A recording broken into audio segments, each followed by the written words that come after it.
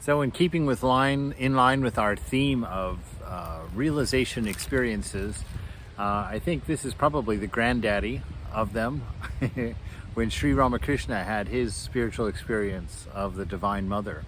So I'm going to read it to you. It's in a book called The Great Master by Swami Sharadananda. And if you're familiar at all with him, he was one of the direct disciples of Sri Ramakrishna. And you can read about the life of Sri Ramakrishna in his gospel, the Gospel of Sri Ramakrishna.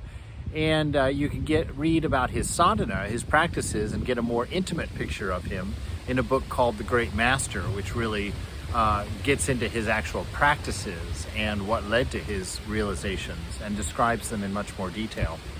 So this is from page 191 of The Great Master. Ramakrishna used to say, "There was an intolerable anguish in my heart because I could not have her vision."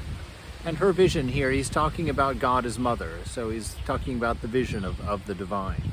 "Just as a man wrings a towel forcibly to squeeze out all the water from it, I felt as if somebody caught hold of my heart and my mind and was doing the same with them.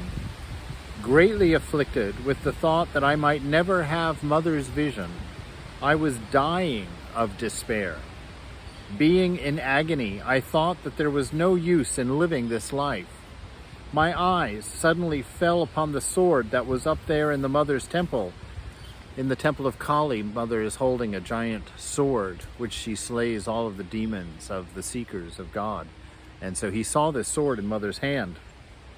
I made up my mind to put an end to my life that very moment. Like one mad, I ran and took hold of the sword, when suddenly I had a wonderful vision of the mother and fell down unconscious. I did not know what happened then in the external world, how that day and the next one slipped away, but in my heart of hearts there was flowing a current of intense bliss, never experienced before, and I had the immediate knowledge of the light that was mother." On another occasion, the Master described to us in detail his wonderful vision spoken of before.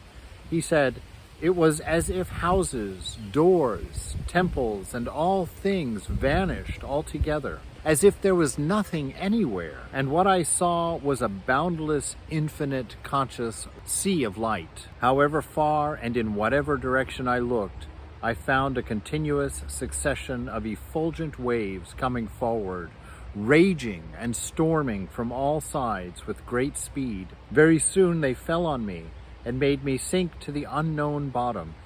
I panted. I struggled and fell unconscious." The Master told us that at that time of his vision, he saw a conscious sea of light. But what about the Divine Mother's form consisting of pure consciousness only? The form of hers with hands that gives boons and freedoms from fear. Did the Master then have the vision of that form also in that sea of light? It appears that he had, for as soon as he had the slightest consciousness of the time of his first vision, we are told he uttered repeatedly the word "Mother" in a plaintive voice. That desperation for the knowledge of the divine, I mean, that's an amazing thing, how he panted and longed to know God. You know, when the scriptures say that realization is the very meaning of life, it's the whole point of being here.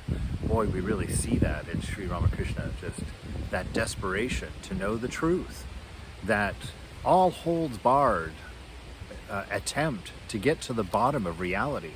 What is the nature of this experience called life? What an intensity, and how it was rewarded. What a vision to see everything as an ocean of light, with waves of bliss so violent and strong that they rush toward us, undoing our very sense of I.